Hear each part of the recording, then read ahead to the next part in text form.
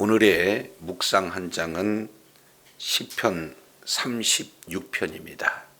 오늘 본문의 말씀을 통해서 살아계신 하나님을 만나고 은혜의 보좌 앞에 담대히 나가 때를 따라 돕는 은혜가 있기를 원합니다.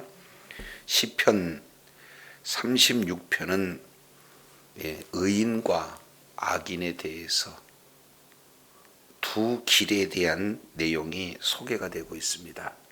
그래서 36장 1절부터 4절까지 이 내용은 악인의 교만과 패역에 대한 내용이고, 그리고 5절부터 9절까지는 의인의 신앙 고백이 소개되고 있고, 그리고 10절부터 12절까지 이 내용은 의인과 악인을 구별하면서 악인에서 보호해달라는 그런 내용이 소개되고 있어요. 그래서 크게 세 단락으로 이렇게 구성이 되고 있습니다. 자, 이제 시편 36편 이 내용은 마치 시편 1편과 비슷한 그런 어떤 내용이 소개되고 있고, 자, 여기에 의인과 악인 이 두 길을 비교하면서 이제 정말로 어느 자리에 우리가 서 있어야 될 것인가 하는 부분들을 시편 기자는 말씀을 하고 있습니다. 자, 그 중에 36편 1절 내용을 통해서 보면 악인의 죄가 그의 마음속에 이르기를 그의 눈에는 하나님을 두려워하는 빛이 없다 하니, 이렇게 말씀하고 있어요. 그래서 지금 36편 1절부터 4절까지 이 내용은 또 조금 더 자세히 살펴보면은 악인의 지금 교만한 모습을 말씀하고 있고 동시에 패역을 말씀하고 있어요. 자, 1절 2절 내용은 악인의 교만한 모습입니다. 악인의 죄가 그 마음속으로 이르기를 이렇게 말씀하고 있죠. 그러니까 여기는 주어가 악인이 아니라 악인의 죄 그랬습니다. 그러면 여기서 악인의 죄라고 하는 이 내용을 히브리어로는 페샤라는 단어를 쓰죠. 이것은 바로 죄는 죄되 하나님을 대적하고 하나님을 반역하는 죄예요. 그렇기 때문에 이제 악인이 지금 그 마음 가운데 하나님을 반역하는 그 마음이 무엇으로 나타나느냐? 1절 하반절 내용을 보니까 그의 눈에는 하나님을 두려워하는 빛이 없다 이렇게 표현하고 있어요. 그러니까 마음 가운데 하나님을 두려워하지 않으니까 그 마음이 이제는 하나님을 반역하는 마음이 되어지는 거고, 그리고 그 반역하는 마음은 하나님의 권위에 대해서 이제 대적하는, 권위를 인정하지 않는 그런 반역의 마음으로 가득 차 있기 때문에 그 마음이 무엇으로 나타나느냐? 눈으로 나타나요. 그러니까 하나님을 두려워하는 빛을 찾아볼 수가 없는 눈, 이렇게 표현을 하고 있어요. 왜냐하면 왜 이렇게 하나님을 두려워하는 그런 어떤 눈에 빛이 없느냐, 하나님을 철저하게 무시하고 있느냐 하는 그 내용을, 이유를 설명하고 있어요. 왜냐하면 2절 그가 스스로 뭐 한다고 말씀하고 있습니까? 자랑하기를. 이것은 굉장히 이제 우쭐대는 상황이요. 자기 자신이 최고라는 그런 어떤 생각으로 놓여져 있기 때문에, 자, 어떤 모습이니까 뒤에 보니까 자기의 죄악은 드러나지 않고 미워함을 받지도 아니하리라 함이로다 그랬어요. 그러니까 자기는 죄하고 전혀 관계가 없는 그런 자기 칭찬에 일색을 하기 칭찬의 그런 어떤 상태에 있기 때문에 하나님을 이제 이렇게 두려워하지 않는다 하는 내용들을 이렇게 보여주고 있습니다. 저도 여러분도요, 자칫하면 이렇게 마음 가운데 굉장한 교만이 나타나서 나는 죄가 없다.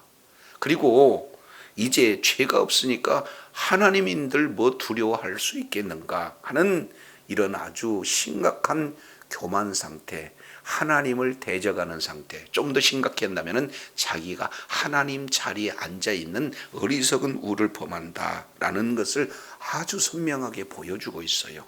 그렇다면 이러한 이 하나님에 대한 반역하는 그런 죄과에 이제 하나님을 두려워하지 않는 그런 자의 모습은 무엇으로 나타나는가? 3절, 4절 크게 이제 5가지의 모습이 소개되고 있어요. 자, 3절 내용을 보면은 첫 번째 어떤 내용이냐? 그 입에서 나오는 말이 무슨 말입니까? 죄악과 속임이다. 여기서 죄악이라고 하는 것은 사기치는 것이고, 뒤에는 이제 속인다는 것은 굉장히 과장돼서 속이는 부분입니다. 그러니까 말하는 것마다 과장하고 속이는 말을 한다. 그러니까 이제 하나님을 두려워하지 않는 눈빛을 가진 자, 마음 가운데 이미 하나님 자리에 앉아 있는 그런 자의 첫 번째 내용은 이 언어의 패역함이 드러난다라는 것을 보게 돼요.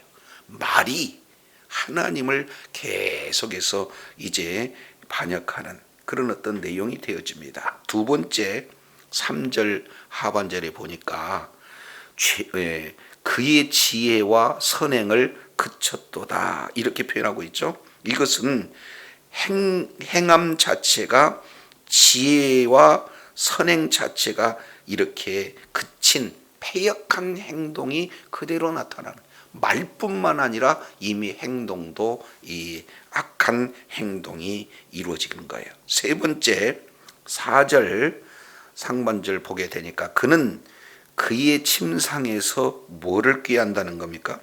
죄악을 꾀한다는 거예요. 그러니까 날마다 죄악을 묵상하고 날마다 죄 짓는 일을 계획하는 그런 내용을 말씀하고 있어요. 그러니까 늘 죄악을 이렇게 계획하는 그런 모습이에요. 이것이 세 번째 내용이고, 네 번째 그 중반절 내용을 보면은 스스로 어디에 선다? 악한 길에 선다. 이것은 이 행동 방식 자체가 늘 악한 길에 서 있는 부분이에요. 이것을 시편 1편 내용은 보다도 조금 더 구체적으로 표현하고 있죠. 복이 있는 자는 악인의 꾀에 따르지 아니하며, 그 다음에 죄인의 길에 서지 아니하고, 지금 이 내용을 말씀하고 있습니다. 근데 여기는 적극적으로 죄인의 길에 서는 방식, 그런 행동 방식이 이제 이런 하나님을 두려워하지 않는 그런 어떤 자의 패역한 모습을 이렇게 표현하고 있습니다.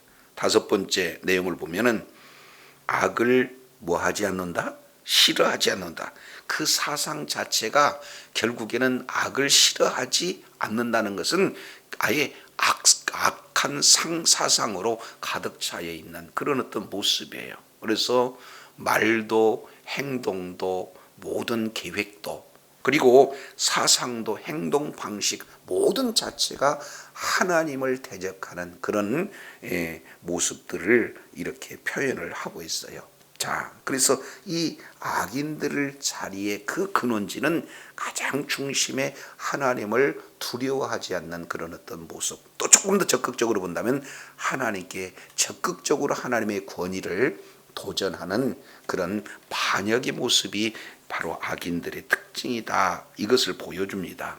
반면에 5절부터 9절까지 이 내용은 의인, 악인과 전혀 반대편에 있는 의인의 신앙 고백을 잘 소개하고 있는데, 그 중에 5절, 6절은 하나님의 4가지의 속성을 이렇게 자세히 이렇게 설명을 하고 있습니다. 5절에 보니까 여호와여 주의 인자하심이 어디에 있고 하늘에 있고, 여기서 인자하심 이 내용은 한결같은 하나님의 사랑을 말씀하고 있습니다. 그러니까 하나님의 사랑은 어디에 있느냐? 하늘에 있다. 여기서 하늘은 하나님이 계시는 장소 이렇게 표현합니다. 그러니까 우리가 생각하는 이 하늘이 아니라 하나님이 계시는 장소. 그러니까 얼마나 하나님의 인자하심, 한결같은 사랑이 큰지 온 우주 만물뿐만 아니라 하나님이 계신 곳자도 덮은 그런 어떤 하나님의 사랑으로 가득 찼다는 거죠.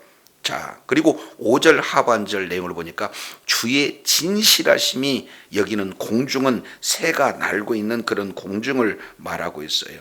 그래서 하나님의 약속은 반드시 이루어진다. 약속은 반드시 지키시고자 하는 그 신실함은 공중에 사무쳤어요. 그래서 우리가 바라보는 공중, 그리고 하나님이 계신다고 하는 그런 하늘, 이 내용은 하나님의 인자하심과 진실함으로 가득 차 있습니다. 그러니까 하나님이 안 계신 곳이 없어요. 이것은 모두 다 하나님의 이런 어떤 사랑 가운데, 그리고 하나님께서 다 지켜보시고 계시는 그런 사랑의 눈빛 가운데 다 이렇게 놓여져 있다는 거죠. 조금 더 나가서 6절, 지금 5절 이 하나님의 한결같은 사랑하심과 신실하신 그러한 놀라우신 사랑, 이 내용만을 진행하게 되면요, 하나님을 두려워하지 않습니다. 왜 그래요? 하나님이 사랑이신데 이렇게만 생각해요. 이것은 하나님의 한 면만 볼 수 있는 내용인데, 6절에 하나님의 속성 두 가지를 이렇게 고백하고 있습니다. 신앙적인 내용으로 6절, 주님의 의는 하나님의 산들과 같다, 이렇게 표현하고 있습니다. 하나님의 산들, 우뚝 솟은 그런 어떤 산들, 산은 움직이지 않고 요동하지 않는 변함없는 그런 어떤 모습을 말씀하고 있죠. 그래서 하나님은 사랑일 뿐만 아니라 주의 의다, 이렇게 표현하고 있는데, 이 주의 의는 거짓없는 재판, 다른 말로 공정한 재판을 하시는 하나님. 그래서 한결같아요. 의인과 악인에 대한 그런 정의로운 그런 어떤 심판은 한결같습니다. 동시에 이루어지는 거예요. 네 번째, 주의 판단은 여기서 판단하고 있는 내용, 이 부분은 심판을 말씀을 하고 있어요. 이것은 공정한 재판이다. 이것은 얼마나 깊든지 바다같이 깊다 이 말이죠. 그러니까 하나님의 공의로운 재판, 하나님의 정의로운 재판, 이 내용은 높고 깊기가 한량이 없어서 이제 의인이든 악인이든 그 사랑뿐만 아니라 공의로운 하나님의 그 성품, 이 내용이 어느 곳에 미치지 않는 곳이 없다 하는 것을 말씀하고 있어요. 그래서 크게 두 가지로 요약하면 하나님의 사랑, 하나님의 공의, 이 내용은 하늘과 땅 어느 곳에든지 다 미치게 되어져요. 그래서 결국 6절 하반절 내용을 보니까 주는 사람과 짐승을 다 이렇게 구하여 주신다. 우리 하나님께서 사람뿐만 아니라 짐승까지도 그 이제 보호를 해주시는 그런 내용들을 말씀을 하고 있습니다. 자, 그래서 이제 이러한 네 가지 하나님의 속성, 이 부분을 7절에 이렇게 표현을 해요. 자, 7절 아주 중요한 내용이 소개되고 있죠. 하나님이요, 주의 무엇이 인자하심이, 여기서 인자하신다라는 것은 한결같은 사랑, 변함없는 사랑, 바로 주의 그 한결같은 사랑이 어찌 그리 보배로우신지요, 이렇게 표현하고 있어요. 그러니 하나님의 그 사랑이 안 미치는 곳이 없다. 이 사실이 어떤 세상에 가장 존귀한 이제 보배보다도 비할 수 없는 그런 아주 귀한 그런 어떤 보배 같은 것이다, 이렇게 표현해요. 그러기 때문에 많은 사람들, 인생들은 이제 어떤 것이 가장 큰 복인가 봤더니 7절 하반절에 보니까 어디로 피하는 겁니까? 주의 날개 그늘 아래 피하나이다. 아멘이시죠? 예, 이 모두가 다 하나님께 피하는 거예요. 여기서 하나님께 피한다 이 표현을 주의 날개 그늘 아래에 피하나이다 이렇게 표현하고 있습니다. 자, 우리가 계속해서 시편을 통해서 은혜를 나누고 있는데 바로 시편 1편부터 시편 41편까지 이 내용을 일권 그러잖아요. 그게 대표적인 내용이 뭡니까? 시편 1절 1편 복이 있는 자가 전체의 주제입니다. 그러면 그 복이 있는 자는 뭡니까? 주야로 묵상하는 자. 그 자가 복이 있는 거고 시편 2편 12절 내용을 통해서 보면은 주께 피하는 자가 복이 있는 자다라고 말씀하고 있어요. 그래서 진정한 복이 있는 자는 이렇게 한결같은 사랑이 이제 하늘과 땅에 가득 차 있기 때문에 그런 한결같은 사랑이 무엇보다도 보배로우시는 그런 어떤 하나님의 사랑이시기에 모두가 다 어디로 피하는 것이 가장 큰 복이냐? 주님께 피하는 것이 복인데 여기서 주의 날개 그늘 아래 피한다 하는 것은 성막 구조 이 내용을 통해서 보면 우리가 조금 더 자세히 알 수 있죠. 그래서 지성소에 들어가게 되면은 그룹들이 날개를 펴고 있어요. 그곳에서 내가 너희와 만나 주시겠다 하잖아요. 그러니까 이 세상 어떤 곳보다도 가장 견고하고 가장 확실한 피난처는 주의 날개 그늘 아래인 줄로 깨달으시기를 바랍니다. 이곳은 하나님의 임재 장소예요. 그러니 하나님께 피하는 자가 가장 큰 복이 있는 자다. 이렇게 지금 고백되어져요. 이런 고백이 저와 여러분의 고백이 되어야 될 줄로 믿습니다. 그러면은 하나님의 그런 어떤 가장 안전한 장소로 피하는 자에게 주어지는 복이었던 건가? 8절에 이렇게 기록이 되고 있어요. 자, 8절 내용을 보니까 그들은 주께 피하는 자입니다. 주의 집에 있는 살찐 것으로 뭐예요? 풍성하다. 여기서 살찐 것이란 건 가장 기름진 것, 가장 좋은 것을 말씀하고 있는 거예요. 그러니 이제는 주님께 피한다 그러면 주의 살찐 것으로 풍족한 그런 은혜 가운데 거하게 되는 거고, 두 번째 내용을 통해서 보면은 주의 복락의 강물을 마시게 한다 이렇게 표현하고 있어요. 이제 주의 복락의 강수라고 하는 것은 끊임없이 공급되어지는 그런 기쁨, 그런 행복으로 충만한 상태예요. 그래서 주의 복락이 계속해서 흐르는 그 발원지는 어디냐? 에덴 동산입니다. 그리고 주의 복락의 강수가 계속해서 마르지 않고 흐르는 곳이 어디입니까? 하나님 보좌 아래. 바로 요한계시록 22장 이 내용을 통해서 살펴보면은 하나님 보좌로부터 이제 생명수 강이 계속해서 흘러나서 거기에 생명나무의 그런 실과가 계속 맺히고 그 장소를 이렇게 표현하고 있는 거거든요. 그러니 이제는 주님께 피했을 때 육체적으로도 아주 건강한 그런 살찐 것으로 풍성하게 먹는, 그리고 이제는 그 영혼이 아주 하나님의 기쁨과 행복을 넘치는 복락의 강수를 온전히 누리는 그런 어떤 놀라운 은혜가 있다는 거예요. 이유가 왜 그렇습니까? 9절 이렇게 표현을 하고 있죠. 9절에 진실로 생명의 원천이 누구께 있기 때문에 그렇습니다. 주께 있습니다. 생명은 이제 누구 안에만 찾을 수 있느냐? 예수 그리스도 안에만 생명이 있어요. 그렇기 때문에 이제 주 생명의 원천이 되시는 주님께 우리가 피하게 되면은 그의 주의 영광 가운데 우리가 뭘 바라보게 되는 거예요?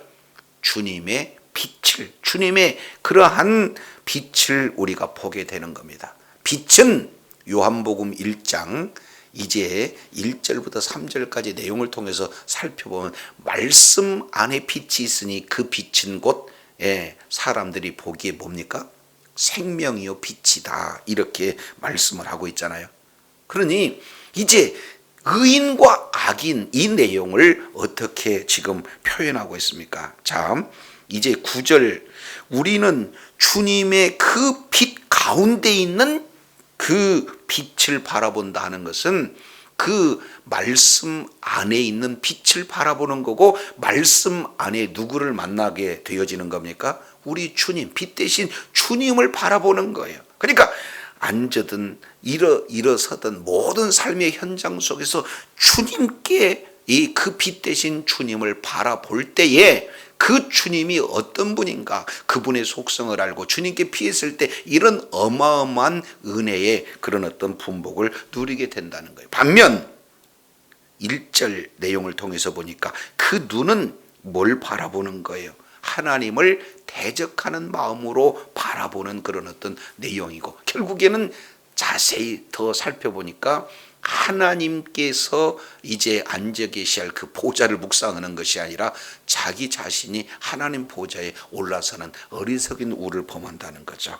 그래서 일평생 저와 여러분의 이제 바라보는 시선은 빛 대신 주님, 바로 말씀 속에 오늘도 살아계신 주님을 바라볼 때 주님께 피하게 되어지고, 그런 놀라운 분복의 소유자가 되어질 줄로 믿습니다.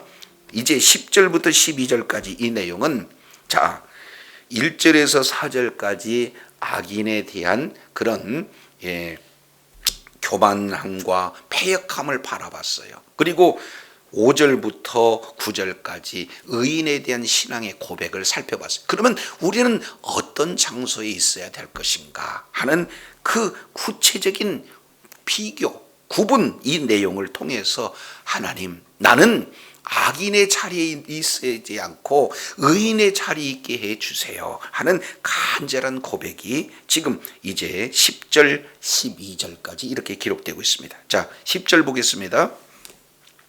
주를 아는 자들에게 주의 인자하심이 어떻게 해요? 계속 베푸시라. 그러니까 여기서 인자하심 계속 반복되어집니다.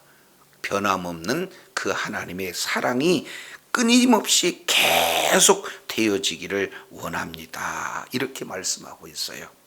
여기서 안다라고 하는 것은 경험한다는 거죠. 그래서 요한복음 17장 2절 3절 내용을 통해서 보면 하나님을 아는 것이 영생, 이렇게 표현하고 있어요. 그래서 어찌됐든 주님께 피하고 그 주님의 놀라운 은혜 가운데 거하는 그런 어떤 자에게 끊임없이 변함없이 한결같은 하나님의 사랑이 계속되게 해달라는 내용이죠. 그런 자는 이제는 마음이 정직한 자에게 주의 의를 계속해서 베풀어 주세요. 공정한 바로 재판이죠. 그렇습니다. 그래서 반면에 11절 내용을 통해서 보면은 악인을 이렇게 표현하고 있습니다.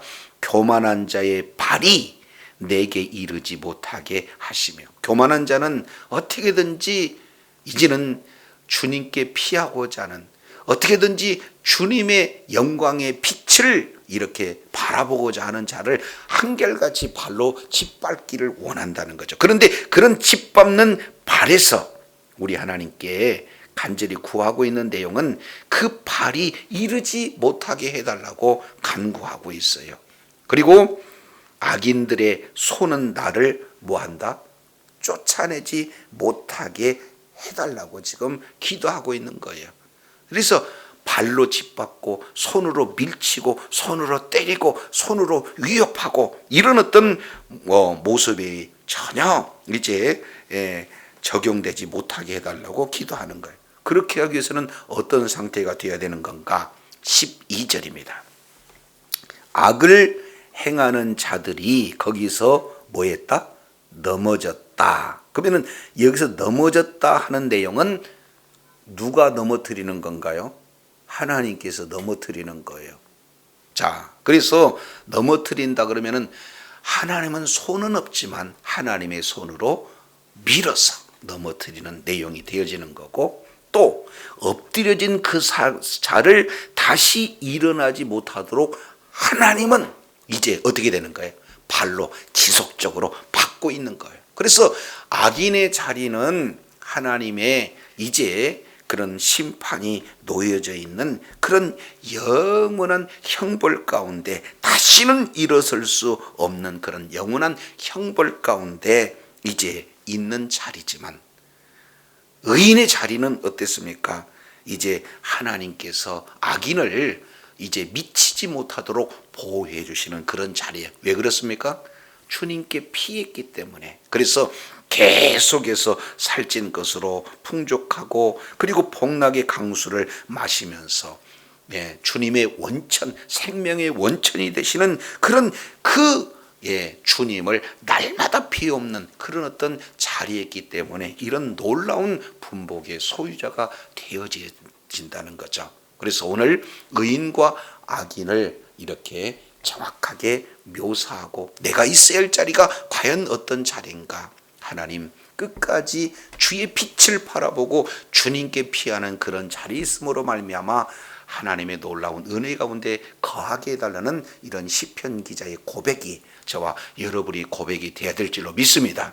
그래서 늘 삶의 현장 속에서 말씀 속에 생명의 원천이 되신 그 빛을 바라보고 주님께 피함으로 말미암아 주님 만나는 그날까지 계속해서 하나님의 그 가장 안전하고 가장 견고한 주의 날개 그늘 아래 피하는 놀라운 축복의 분복의 자녀들이 다 되시기를 예수 이름으로 축원합니다.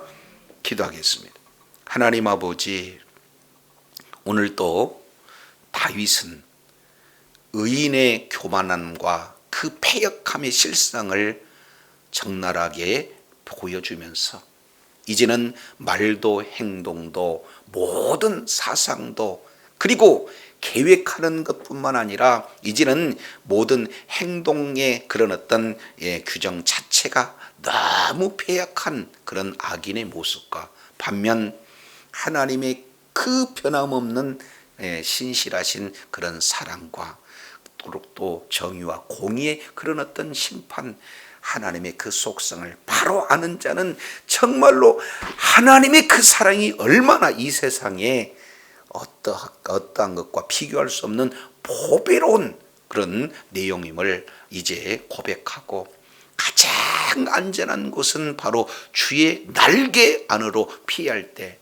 하나님께서는 살찐 것으로 풍족하게 복락의 강수가 변함없이 끊임없이 이루어지는 그런 놀라운 분복의 소유자가 되게 해달라고, 주님께 피하여 그런 은혜 가운데 있게 해달라는 간절한 기도의 아버지 하나님의 고백처럼 우리들의 모든 삶의 현장에서 생명의 원천이 되신 그 빛 되신 주님을 바라보고 주님께 피하여 시편 기자가 기도했던 그런 하나님의 놀라운 분복을 다 적용하며 누릴 뿐만 아니라 이제 아직도 그 복락을 누리지 못하는 많은 자들에게 우리 주님을 증거함으로 말미암아 하나님 앞에 끝까지 의로운 병기로 쓰임받는 주의 사랑하는 자녀들 다 되게 하여 주시옵소서.